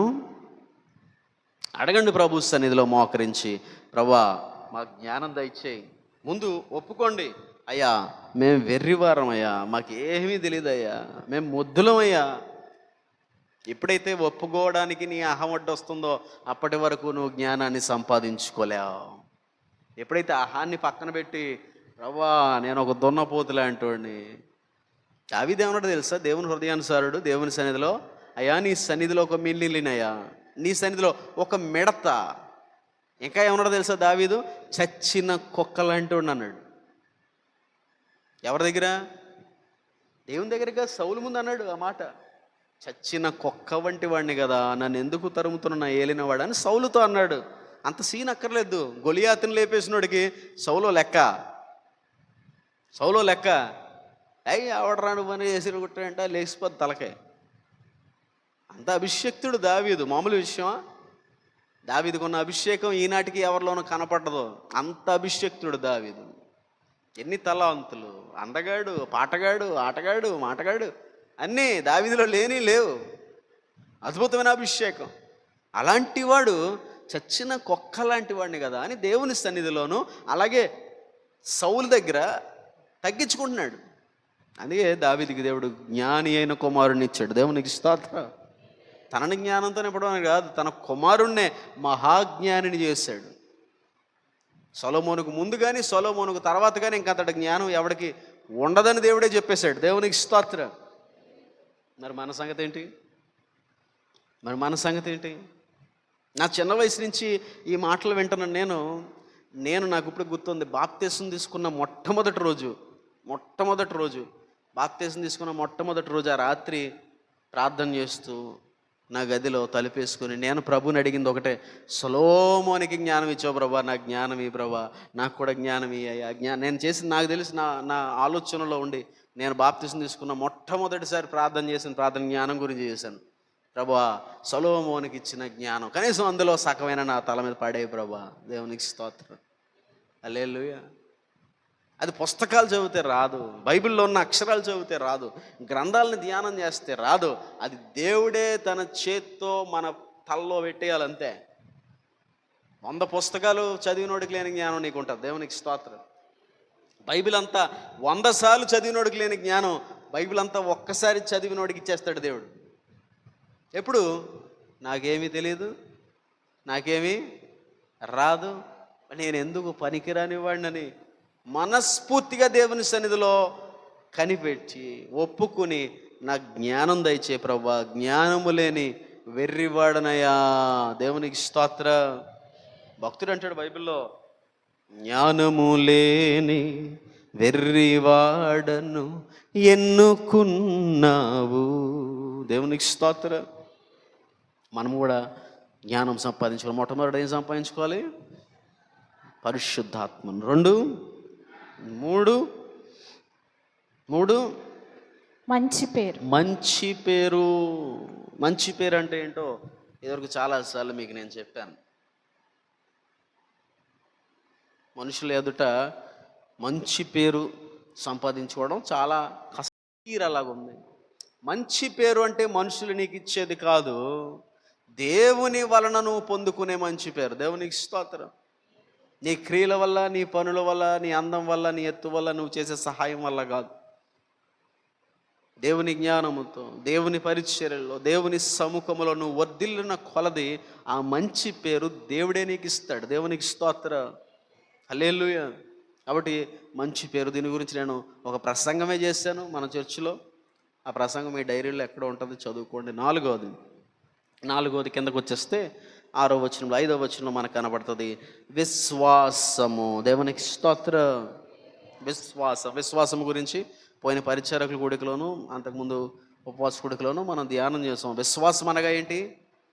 నిరీక్షించుచున్న దాని యొక్క నిజ స్వరూపము. దేవునికి స్తోత్ర. విశ్వాసం అనగా ఏంటి? ప్రార్థన చేయనది పొందుకున్నామని నమ్ముట. విశ్వాసం అనగా ఏంటి? నీ కంటికి కనబడనిది దేవుడు నీకు ఇచ్చాడు అని వాగ్దానాన్ని పొందుకున్న నీవు దేవుడు నా జీవితంలో చేశాడని నమ్మడం. దేవునికి స్తోత్రం. చేసినప్పుడు నమ్మడం కాదు, చేసినప్పుడు నమ్మడం కాదు, చేస్తే నమ్మడం కాదు, చేశాడని నమ్మడం, చెయ్యకపోయినా నమ్మడం, దాన్ని విశ్వాసం అంటారు. దేవునికి స్తోత్రం. ఇదే కష్టం. ఇదేంటండి? ఇదే హిపోక్రసీ అండి. చేసాడని నమ్మడం ఏంటి, చేయకుండా చేయకపోయినా నమ్మడం ఏంటి అంటే మీకు వివరించాను. దేవుడు మన జీవితంలో కార్యము చేసినా చెయ్యకపోయినా దానికి ఖచ్చితంగా ఒక కారణం ఉంటుందని నమ్మడమే విశ్వాసం. దేవునికి స్తోత్రం. హల్లెలూయా. చెయ్యకలేదు అంటే దాని వెనకాల ఏదో మేలు దాచి ఉంచాడని నమ్మడమే విశ్వాసం. దానికి తగిన సమయం ఉందని నమ్మడం విశ్వాసం. చెయ్యకపోయినా అది జరిగే వరకు చేస్తాడని నమ్మడం విశ్వాసం. దేవునికి స్తోత్రం. ఇది కొనసాగే విశ్వాసం, ఆగిపోయేది కాదు. దేవునికి స్తోత్రం. ఒకవేళ జరగకుండా నువ్వు చచ్చిపోతే దాని యొక్క నిజ నెరవేర్పు పరలోకములో నువ్వు పొందుకుంటావని నమ్మడమే విశ్వాసం. దేవునికి స్తోత్రం. ఎందుకంటే పెద్ద వివరణ మీకు ఎవరు ఇవ్వలేరు. కాబట్టి 4 విషయాలు. మొట్టమొదటిది ఏంటి? పరిశుద్ధాత్మతో నిండుకోవాలి. రెండవది జ్ఞానంతో నిండుకోవాలి. మూడవది మంచి పేరు. నాలుగవది విశ్వాసం. ఇంకొక పరిచారకులను నేను మీకు చూపిస్తాను. ఇంకొక పరిచారకులు నేను చూపిస్తాను. రోమిలికి రాసిన పత్రిక 16వ అధ్యాయము. రోమిలికి రాసిన పత్రిక 16వ అధ్యాయము. రోమిలికి రాసిన పత్రిక. ఈ ఫీబే ఎవరంట? ఈవిడి ఎవరంట? సంఘ పరిచారకురాలు. చూడండి, పరిశుద్ధులకు తగినట్టుగా ప్రభునందు చేర్చుకోండి. ఆమెకు మీ వలన కావలసిన ఏదైనా ఉండాలి, సహాయము చేయవలను. ఆమెను గూర్చి మీకు సిఫారసు చేయుచున్నాను. ఆమె అనేకులకును నాకును సహాయురాలై ఉండెను. దేవునికి స్తోత్రం. హల్లెలూయా. దైవజనుడు సంఘంలో ఉన్న ఒక పరిచారకురాలు గురించి సాక్ష్యమిస్తున్నాడు. రోమా సంఘానికి ఆమెను పంపాడు. పరిచారకులను పంపి వారికి ఒక లేఖ రాశాడు. ఫీబే అనే ఒక పరిచారకురాలు మీ దగ్గరకు వస్తుంది, మీరు ఆమెను చేర్చుకోండి. ఆమెను చేర్చుకుని ఘనముగా ఆమెకు ఆతిథ్యం ఇవ్వండి. ఎందుకనంటే ఆమె నాకును అనేకులకును ఎలా ఉంది? సహాయకురాలుగా ఉంది. పరిచారకులుగా ఉండవలసిన వారికి ఉండవలసిన 5వ లక్షణం, ఈ దినం మనం నేర్చుకుంటున్న క్రమంలో 5వ లక్షణం ఏంటంటే సహాయపడే గుణం ఉండాలి, ఉదార స్వభావం ఉండాలి. ఏముండాలి? ఈమె ఎవరికి సహాయపడిందంట? ఎవరికి?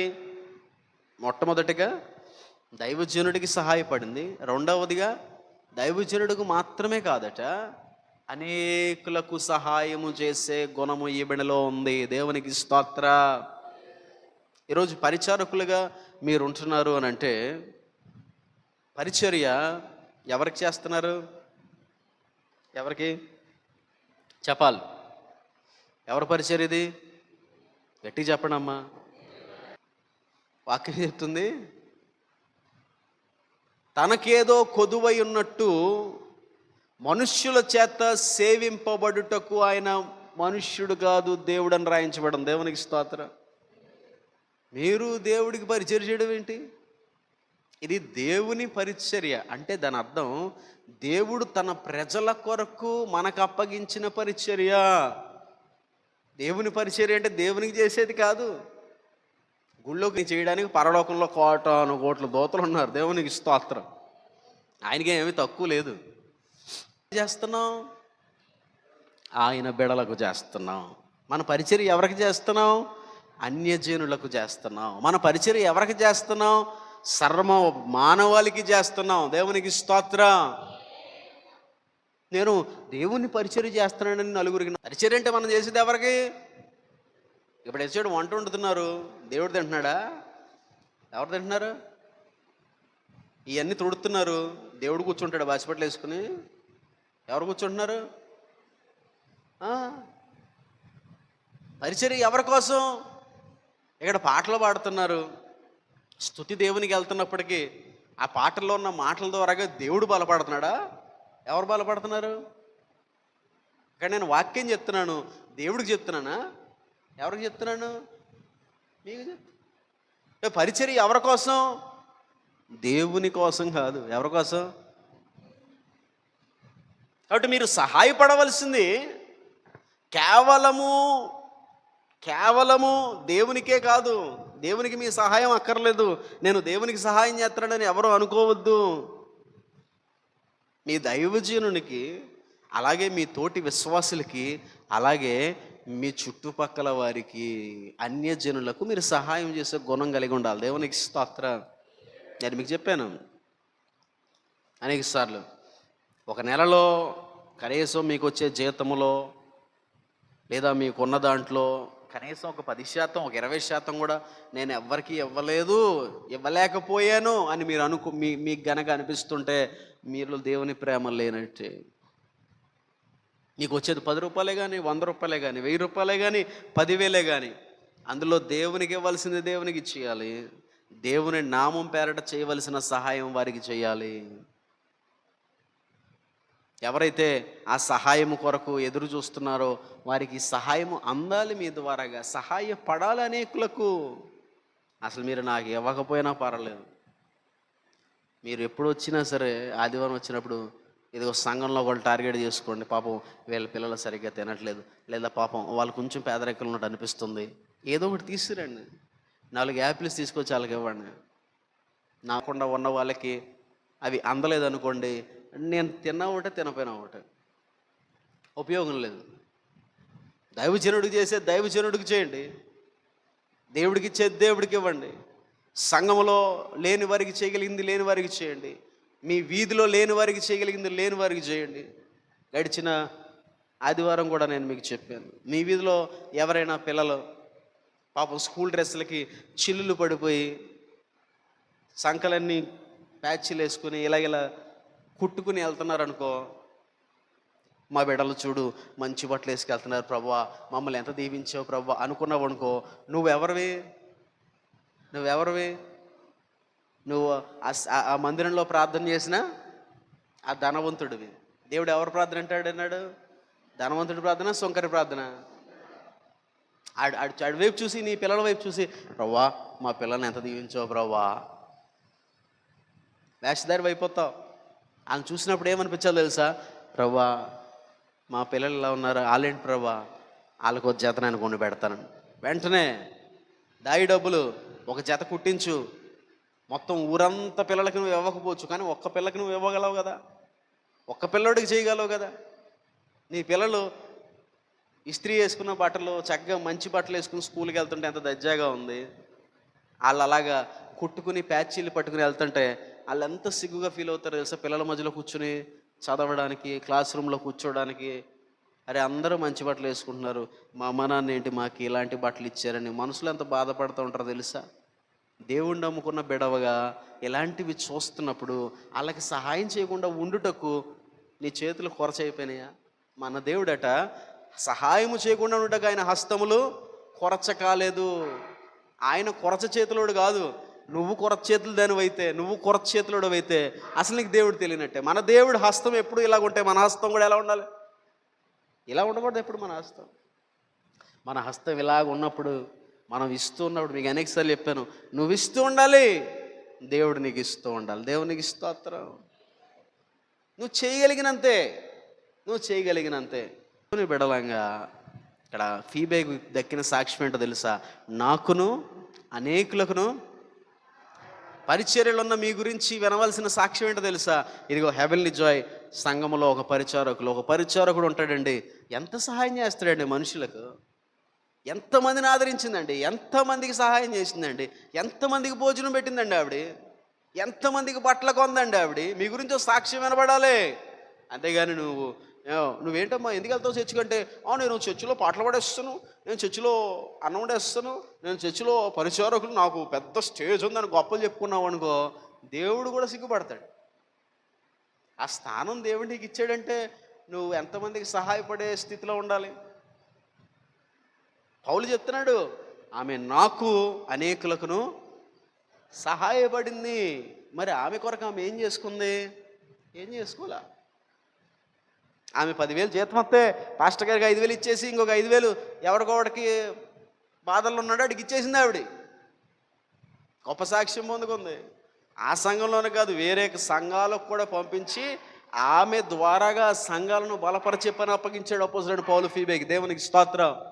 రేపొద్దున సంఘాలు విస్తరిస్తే లేదా రేపొచ్చి ప్రేరేపణ ఏదైనా నశించిపోతున్న ప్రాంతాలకు సువార్త అందించాలనే తపన అక్కడ సంఘాన్ని స్థిరపరిస్తే, పరిచారకుల్లో ఉన్న మిమ్మల్ని ఎవరో ఒకరిని నేను పంపించి, అమ్మ వెళ్ళి ఆ సంఘాన్ని బలపరచండి, అక్కడ ఉన్న స్త్రీలను బలపరచండి, మీలో ఒకరిని నేను పంపగలగాలి రానున్న రోజుల్లో.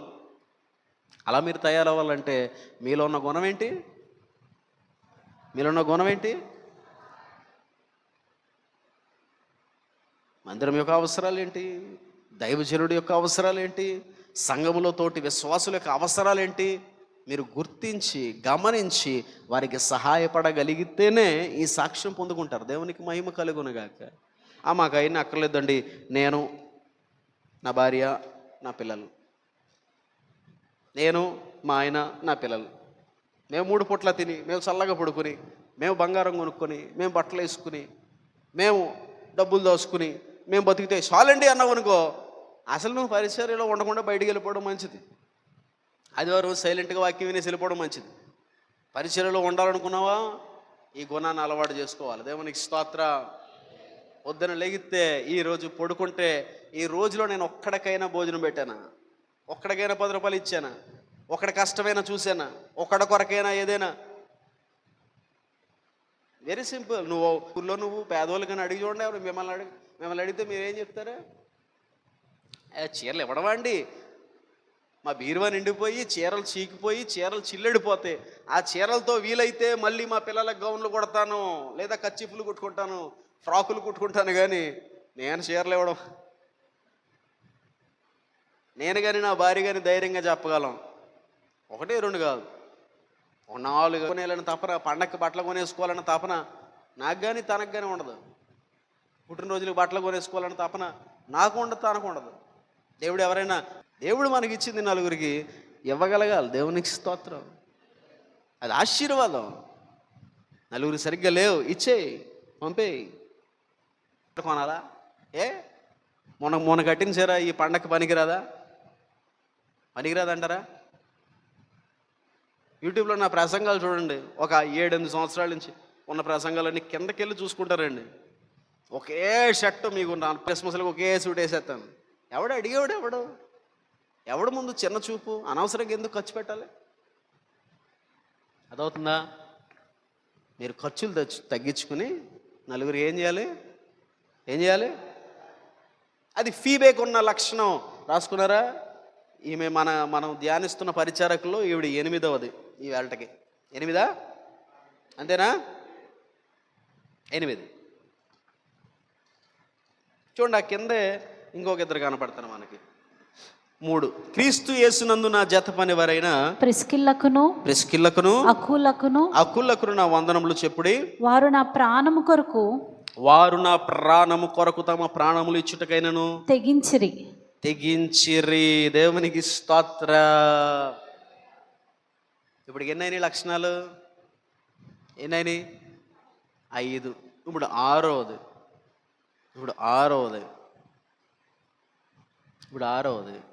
పరిచారకులకు ఉండవలసిన 6వ లక్షణం. 6 అంటే 2 పరిచారకుల గుడిలో చాలా చెప్పాను. ఈవేళ ధ్యానం చేసే దానిలో 6, ఇక మిగతా వదిలేనని కాదు. ప్రతి వారం చెప్పే అన్ని లక్షణాలు ఉండాలి. ఇవి కొత్త లక్షణాలు. 6వది ఏంటి వేటకి? తెగింపు. చెప్పండి ఏంటి? తెగింపు లేనివాడు దేవుని పని చేయలేడు. ఏం కావాలి?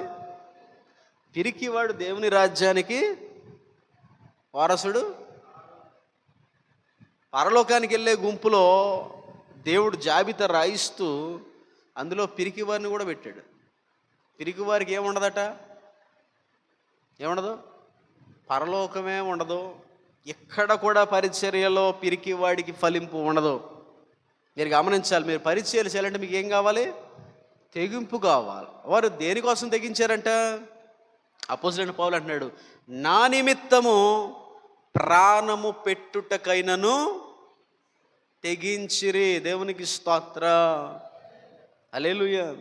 ఈరోజు చాలామంది దైవజనులు, ఉన్నతంగా ఎదిగిన దైవజనుల పరిస్థితులు చూసినప్పుడు చూడండి, వీరెంత పరిచర్య ఎలా చేస్తున్నారు, వీరెంత ధైర్యంగా ఇలాంటి పరిచర్య ఎలా చూస్తున్నాడని చూసినప్పుడు ప్రియదేవుని బిడ్డ, పాస్టర్ గారిలో ఉన్న తెగింపే కాదు, వాళ్ళ చుట్టూ ఒక గుంపు ఉంటారు.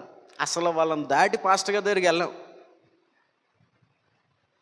దైవజనుడికి ఒక చిన్న ఈగ కూడా దైవజనుడి మీద వాలే పరిస్థితి లేదు. ఇప్పుడు దాన్ని కమెంట్ చేస్తూ సోషల్ మీడియాలో ఏమంటున్నారంటే, మనం ప్రేమించాల్సింది దేవుడిని కానీ దైవజనుడిని కాదు. చాలామంది పాస్టర్లు ఇప్పుడు వచ్చి కొత్త బోధ అంటే విపరీత బోధ, మనం ప్రేమించాల్సింది దేవుడిని కానీ, దేవుడేమన్నాడు, కనిపించే పొరుగువాడిని ప్రేమించలేనివాడు కనిపించని దేవదేవుని ఎలా యేసు ప్రభు తన నోటితో అన్న మాట ఇది. దేవునికి స్తోత్రం. మరి ఆ పొరుగువాడిలో దైవజనుడు లేడా? పొరుగువాడినే ప్రేమించాలన్నప్పుడు దైవజనుడిని ఇంకెంత ప్రేమించాలి? ఈ అకుల ప్రిస్కిల నేర్పిస్తున్నారు. ఈ అకుల ప్రిస్కిలలు ఏం చేశారంట, దైవజనుడిని ఎంత ప్రేమించారంట, ప్రాణము పెట్టునంతగా ప్రేమించారంట. అంటే అపోస్తలుడైన పౌలు గారిని చంపడానికి వస్తే వీళ్ళు ఎదురు నిలబడి, మా సేవకునికి బదులుగా మా అమ్మను చంపాడు అంటున్నారు. అంటే ఏంటండి, సేవకుడు చక్కగా దజ్జాగా బతికేస్తే మేము చచ్చిపోవాలా? దాని అర్థం అది కాదు ప్రియ దేవుని బిడ్డలారా. దేవునికి స్తోత్రం. అది ఎలాంటి చనిపోయే పరిస్థితులైనా దైవజనుడితో పాటు ఆ ప్రయాణంలో, ఆ ప్రయాసలో, ఆ దర్శనములో ఎడతెగక తెగింపుతో నువ్వు కూడా పని చేసే లక్షణమే తెగింపు. దేవునికి స్తోత్రం. దైవజనుడు తీసుకునే అది ఏ నిర్ణయమైనా, దైవజనుడు చేస్తున్న ఏ పనైనా, ధైర్యంగా ఆయన వేస్తున్న ఏ అడుగైనా అందులో ముందు నీ అడుగు ఉండాలి.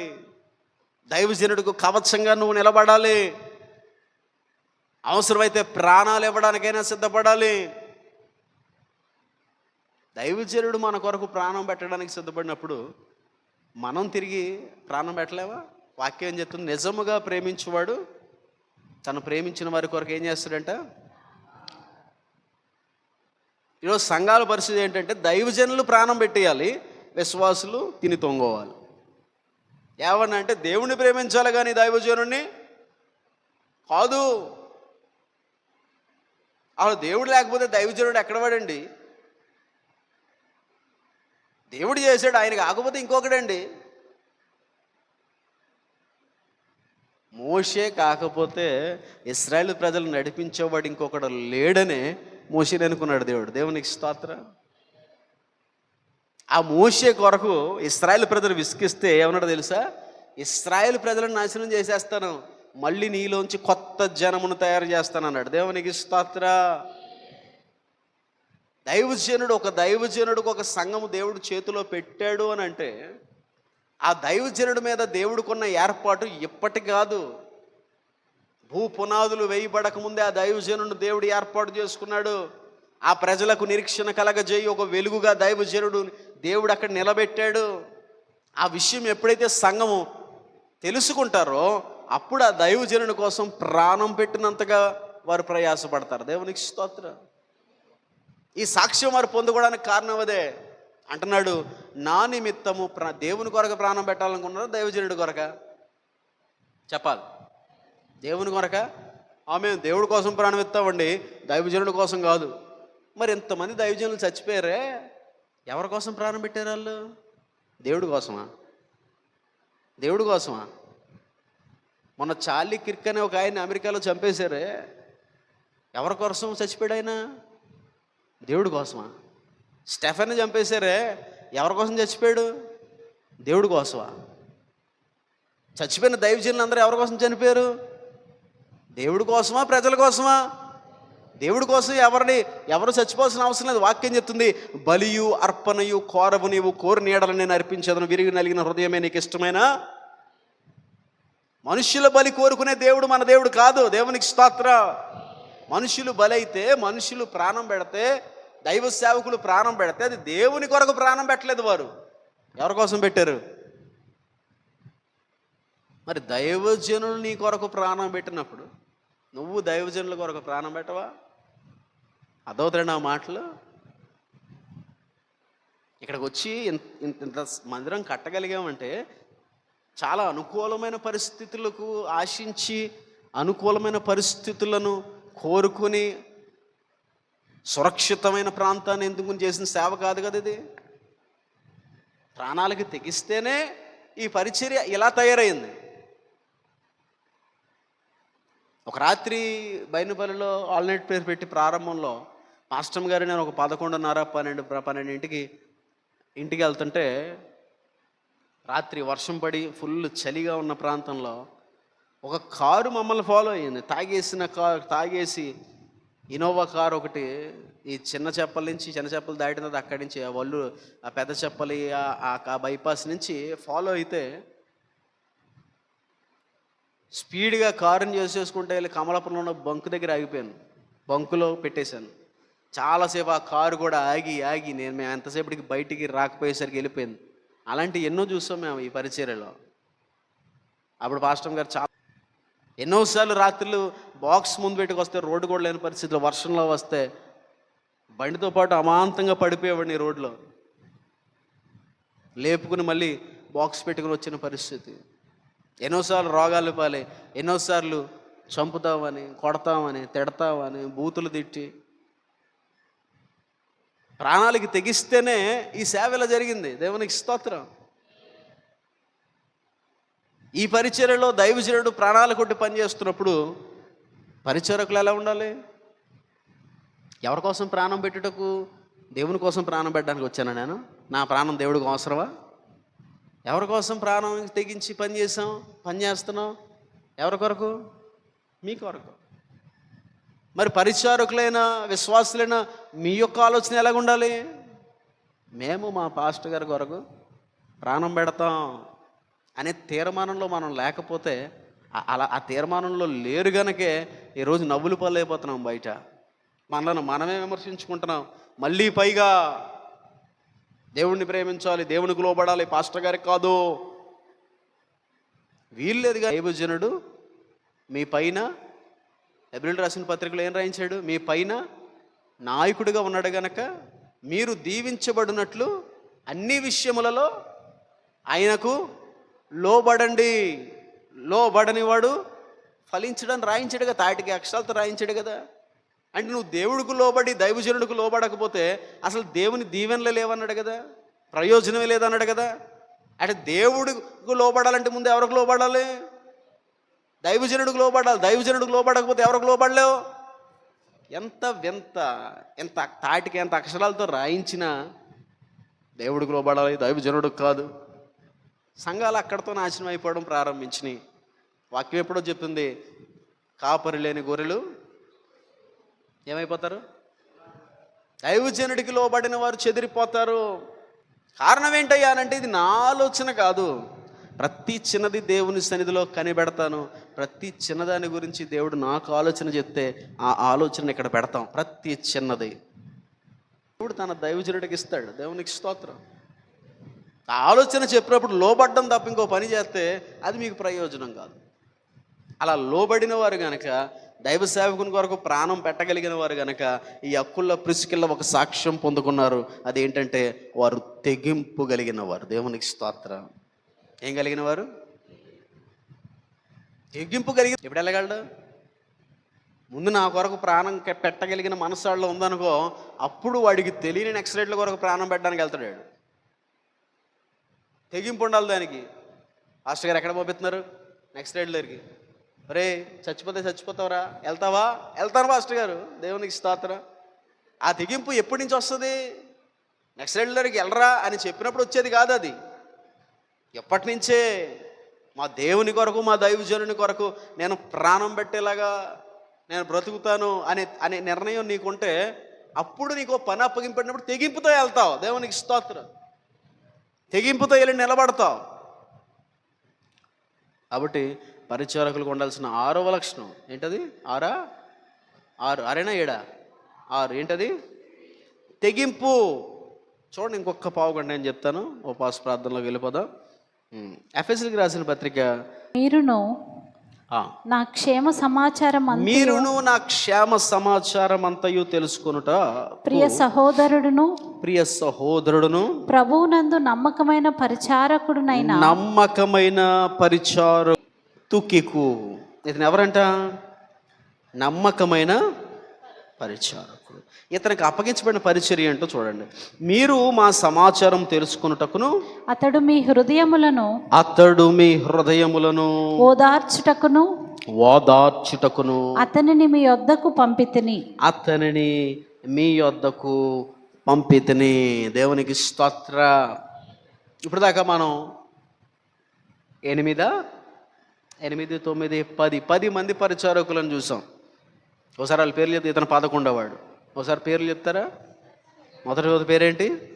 Stephen. 2 Philip. 3 Prochorus. 4 Nicanor. 5 Timon. 6 Parmenas. 7 Nicolas. 8 Phoebe. 9 Aquila. 10 Priscilla. 11 ఈ రోజుకి 11 తుకికు. చెప్పండి ఏంటి పేరు? తుకికు అనండి. తుకికు. ఇతని పరిచర్య ఏంటయ్యా? ఇతను ఎందుకు నమ్మకమైన పరిచారకుడిగా తయారయ్యాడంటే ఇతనికి ఒక లక్షణం ఉంది. ఆ లక్షణాన్ని చూసిన దైవజనుడు ఎఫ్ఎస్సి సంఘానికి ఇతను పంపాడు. అరే, ఎఫ్ఎస్సిలో ఉన్న సంఘము, నేను జైల్లో ఉన్నాను కదా, నేను బతుకున్నాను సచ్చాను అని చాలా కలవరపడుతున్నారు, చాలా బాధపడుతున్నారు. సంఘం అంతా ఏడుస్తుంది, మా పాస్టర్ గారికి ఏమైందని బాధపడుతున్నారు. నువ్వు వెళ్ళి నేను క్షేమంగా ఉన్నానని క్షేమ సమాచారం చెప్పి వారిని ఏం చేయాలి? ఓదార్చాలి. దేవునికి స్తోత్ర. పరిచారకుల్లో ఉండవలసిన ఈ రోజుకి 7వ లక్షణం ఏంటి? ఓదార్చగలగాలి. దేవుని నామములో ఓదార్చాలి. క్షేమము పలికి ఓదార్చాలి. క్షేమ సమాచారము చెప్పి ఓదార్చాలి. దేవునికి స్తోత్రం. అది ఎంత తీవ్రమైన సంగతి అయినా కానివ్వండి, మనం దేవుని బిడలంగా, క్రైస్తవులముగా లేదా పరిచారకులంగా ఎదటి వాడిని కంగారు పెట్టి కలవర పెట్టే మాట మనం మాట్లాడకూడదు. దేవునికి స్తోత్రం. అది ఎంత పరిస్థితి అయినా దేవుని బిడల యొక్క మాట ఎలా ఉండాలంటే అవతలి వాడు ఓదార్చబడేలా ఉండాలి, కానీ అవతలి వాడు కలవరపడేలా ఉండకూడదు.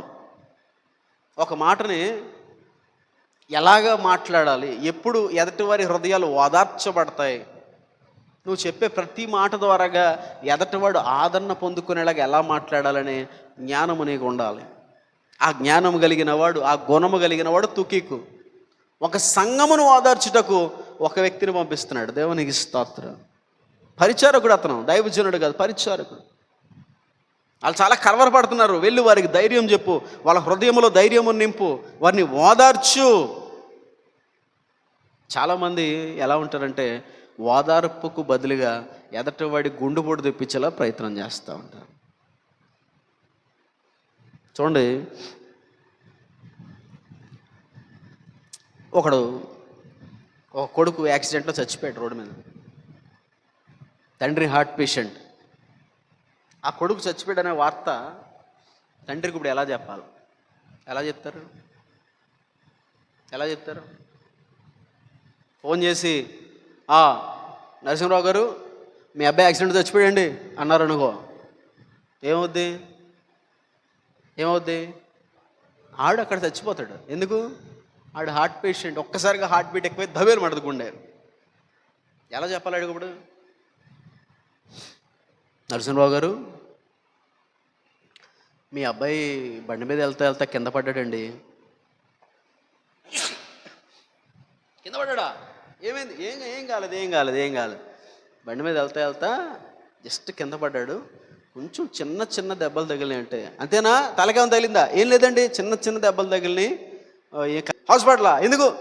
అది ఏం లేదండి, గాయాలు కదా, కుట్లు వేయాలి కదా, మళ్ళీ చేస్తానండి. ఇప్పుడు ఏమవుద్ది? తండ్రికి ఏదో జరిగింది కానీ అంత తీవ్రత లేదు. మళ్ళీ ఫోన్. మీకు అర్థమవుతుందా? హృదయాల్ని ఓదార్చడం అంటే అంత సులువైన సంగతి కాదు. అది ఎలా మాట్లాడాలి, ఎలా చెప్పాలి, విషయాన్ని ఎలాగా కన్వే చేయాలి.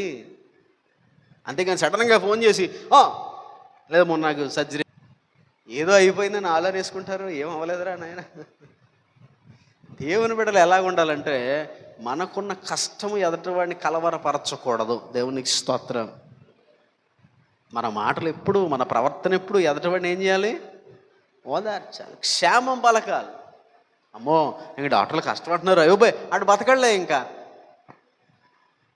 మన నోట్లోంచి ఎప్పుడు ఏం రావాలి? క్షేమము. క్షేమమే పలకాలి. దేవునికి స్తోత్రం. శాపం పలకూడదు. మన నోట్లోంచి కీడు పలకూడదు. ఏం పలకాలి? ఏం పలకాలి? క్షేమం. క్షేమ సమాచారం పలుకు, క్షేమం పలుకు. క్రీస్తు నామం పేరట వాళ్ళకి సౌఖ్యాన్ని పలుకు. ఆదరించు. కష్టాల్లో ఉన్నవాడిని పరిచారకుడుగా నువ్వు ఉన్నావంటే నువ్వు సంఘమును ఆదరించాలి, ఓదార్చాలి. కష్టంలో ఉన్నవాడు హృదయం నీతో 4 నిమిషాలు మాట్లాడితే ఏమవ్వాలి? ఓదార్చబడాలి. కష్టంలో ఉన్నవాడిని ఇంకా కలవర పెట్టకూడదు, ఇంకా బాధ పెట్టకూడదు, ఇంకా ఇబ్బంది పెట్టకూడదు. ఆడ కష్టంలో ఉన్నాడు నీకు తెలుసు, వెళ్ళి వీలైతే 4 మాటలు మాట్లాడండి. ఓదార్చు, ఓదార్చు, ఓదార్చు. ఎవరెవరు కష్టాల్లో ఉన్నారు ఇది ఒక పనిగా పెట్టుకోవాలి పరిచారకులు.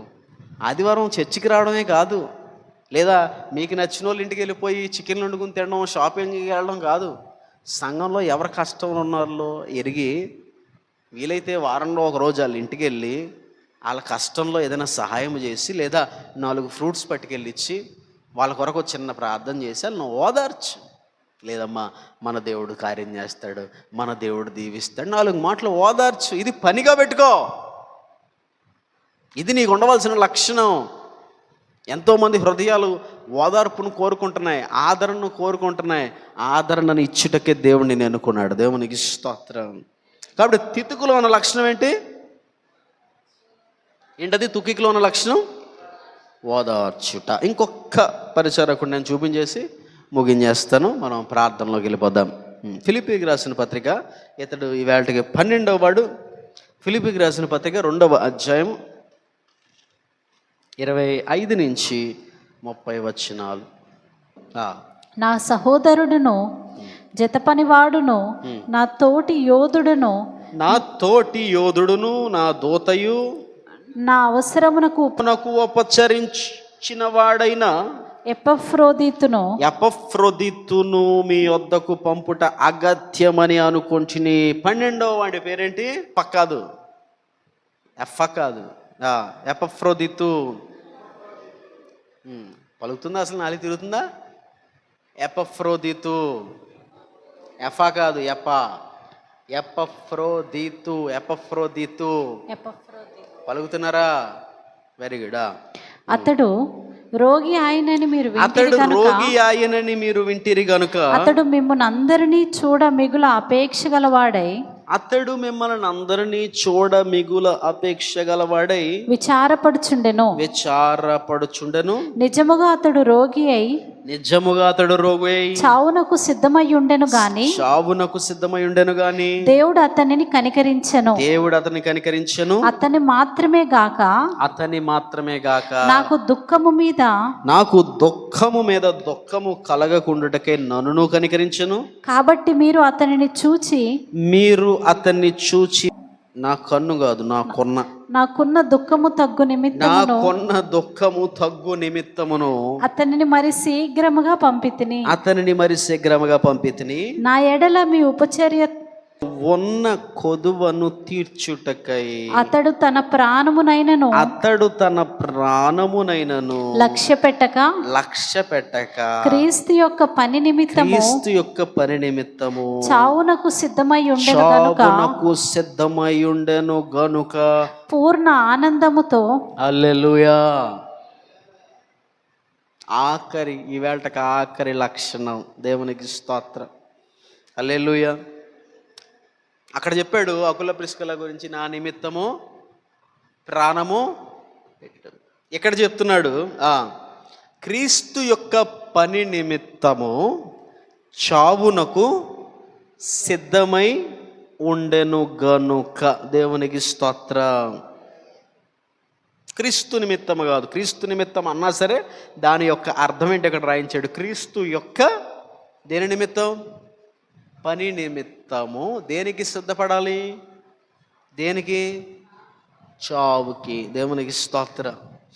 హల్లెలూయా. చావుకే సిద్ధపడాలంటే ఉద్యోగం పోతుంది. సిద్ధపడవా? చావు పెద్దదా ఉద్యోగం పెద్దదా? చెప్పాలి. ఇప్పుడు ఉద్యోగం పోతుంది, నువ్వు ఆదివారం చర్చికి వెళ్తే లేదా పరిచారకుల మీటింగ్కి వెళ్తే ఉద్యోగం పోతుంది. చావుకే సిద్ధపడమంటే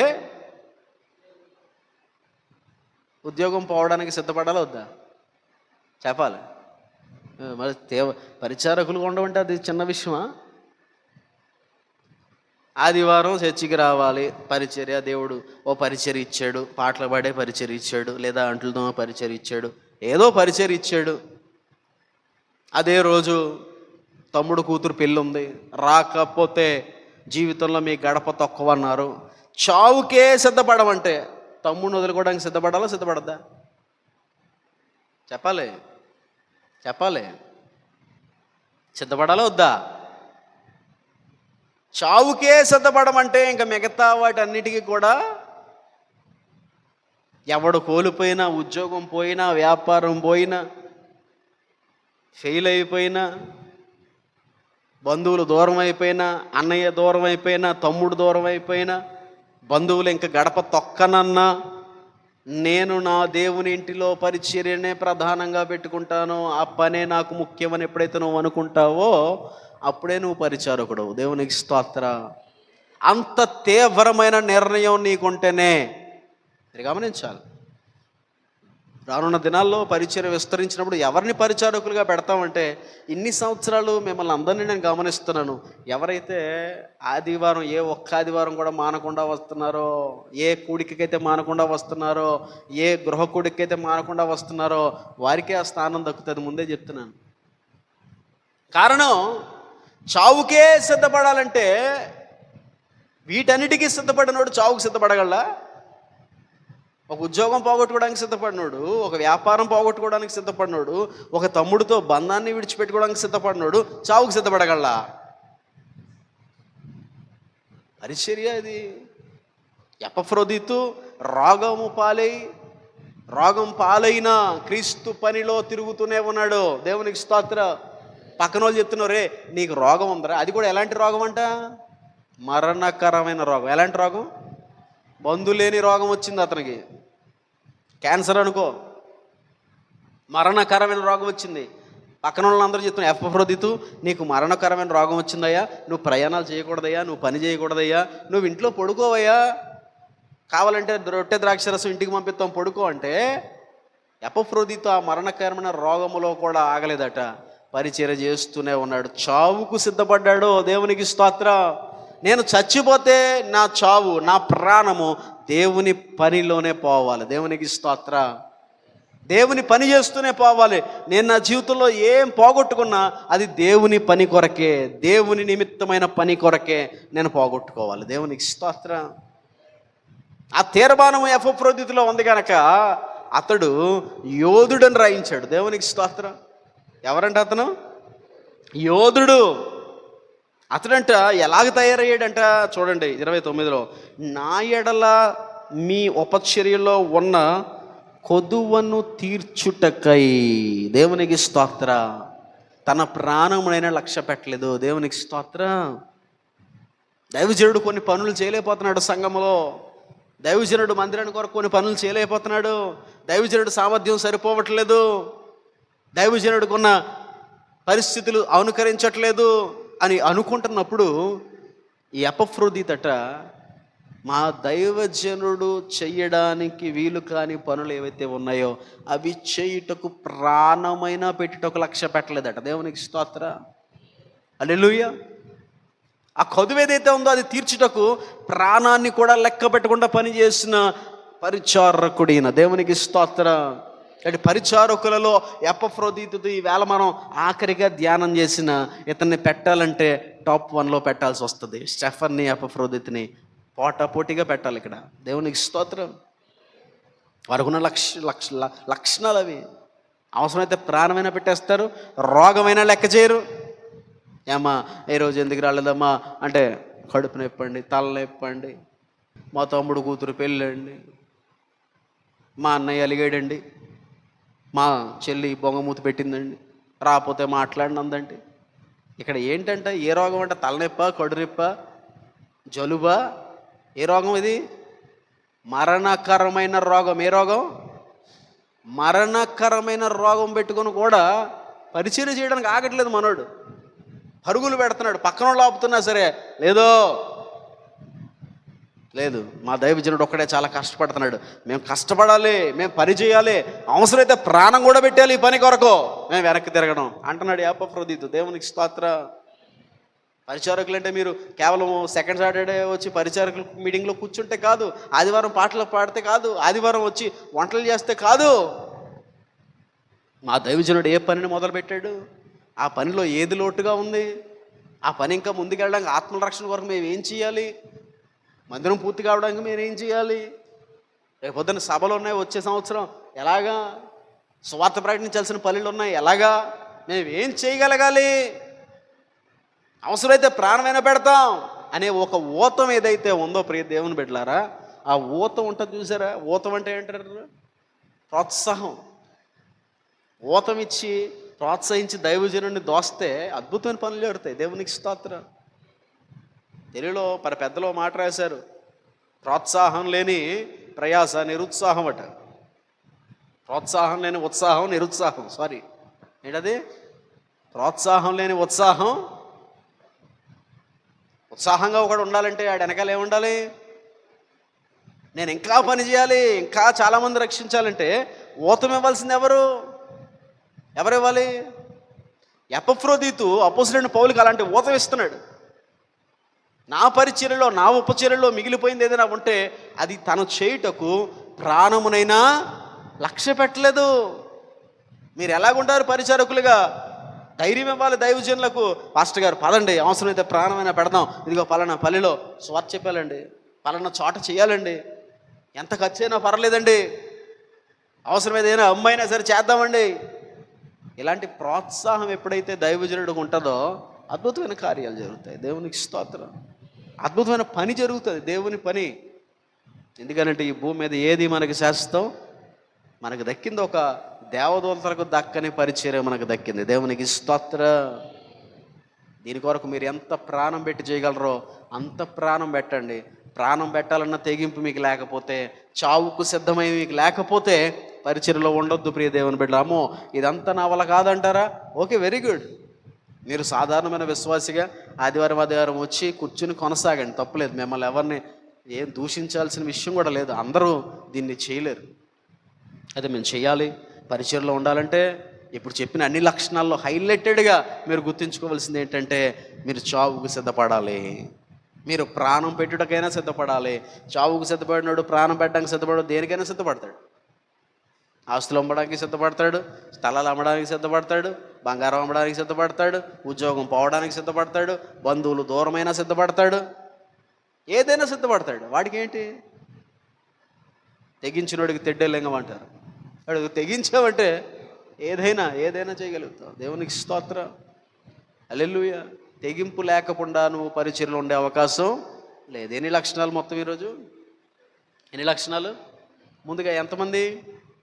12 మంది. వారి పేర్లు ఒకసారి జ్ఞాపకం చేసుకుందాం. నీతిమంతులు జ్ఞాపకం చేసుకున్నట్టు ఆశీర్వాదం. దేవునికి స్తోత్రం. వారిని జ్ఞాపకం చేసుకుందాం. మొట్టమొదటి పేరు స్టెఫెన్, 2 ఫిలిప్, టగటగ ప్రోకోరా,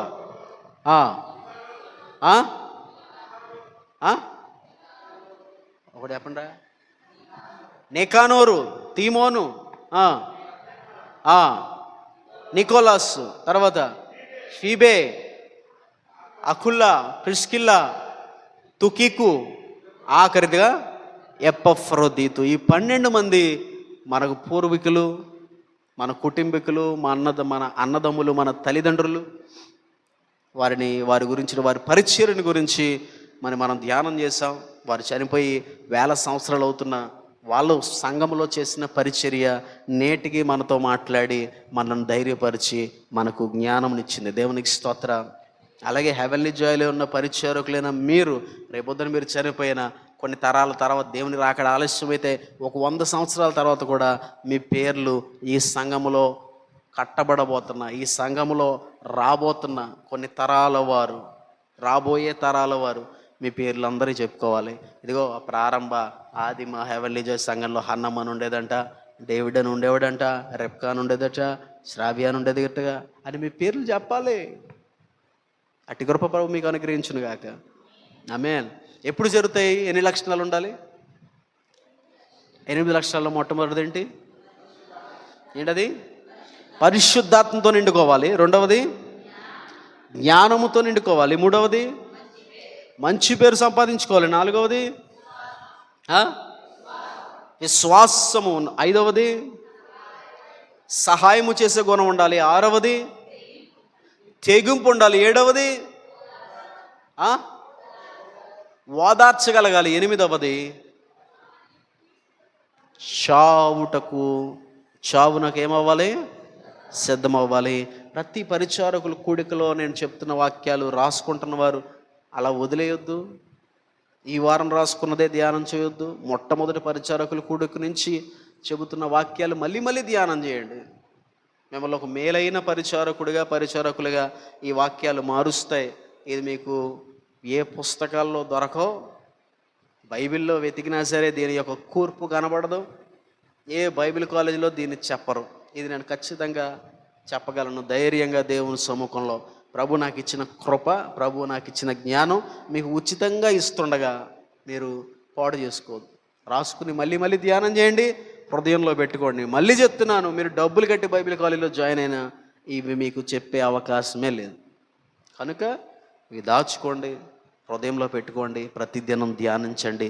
మంచి పరిచారకులుగా ప్రభు మీలో ప్రతి ఒక్కరిని తీర్చిదిద్దునుగాక. ఆమేన్. కనుక ఈ వేళకి పరిచారకుల లిస్టు ఒకసారి మనం చూసాక నీకు అర్థమవుతుందా?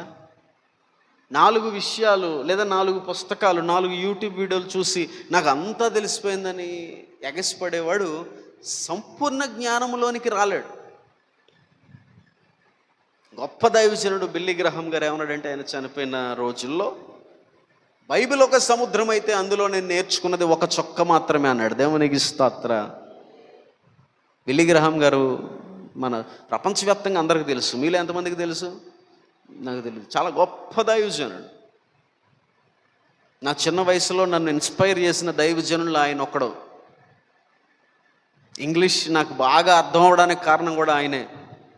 చాలా ఎక్కువగా ఆయన ప్రసంగాలు వినేవాడిని. బిల్లీ గ్రహం క్లాసిక్స్ అని కొడితే ఇంగ్లీష్ ప్రసంగాలు చాలా వస్తాయి. ఆయన మాట్లాడుతుంటే చాలా ఉత్తేజం, నరాలు జువ్వమంటే నాకు.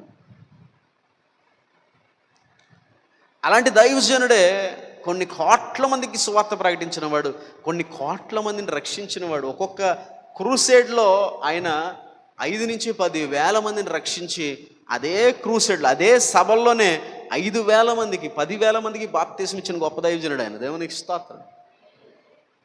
అంటే ఎంత బలమైన వాక్కును సంపాదించుకుంటే ఆయన అలా చేయగలడు. అలాంటి దైవజనుడు ఏమన్నాడంటే, బైబిల్ అంతా ఒక మహాసముద్రం అంటే నాకు తెలిసింది ఒక్క చొక్క మాత్రమే. మరి మన పరిస్థితి ఏంటి? ఎవడు జ్ఞాని అవుతాడు అని అంటే తనకు తెలిసిన 4 ముక్కలను ప్రదర్శించుకోవాలని ఆతురపడేవాడు కాదు. అంతా తెలుసుకుని కూడా నాకేమీ తెలియదని మనస్ఫూర్తిగా ఒప్పుకోగలిగిన వాడు. దేవునికి స్తోత్రం. అపోస్తలుడైన పౌలు ఏమన్నాడు? నేను ఎప్పటి వరకు దేనిని పట్టుకున్నానని తలంచను, నేను ఎప్పటి వరకు ఏది సాధించానని అనుకోనట్లేదు. ఇక నుంచి ఒక విషయము నేను తెలుపుచున్నాను. అదేంటనంటే, వెనక్కున్నవి మరిచి ముందున్న వాటికై వేగిరపడుచు గురి యొద్దకు.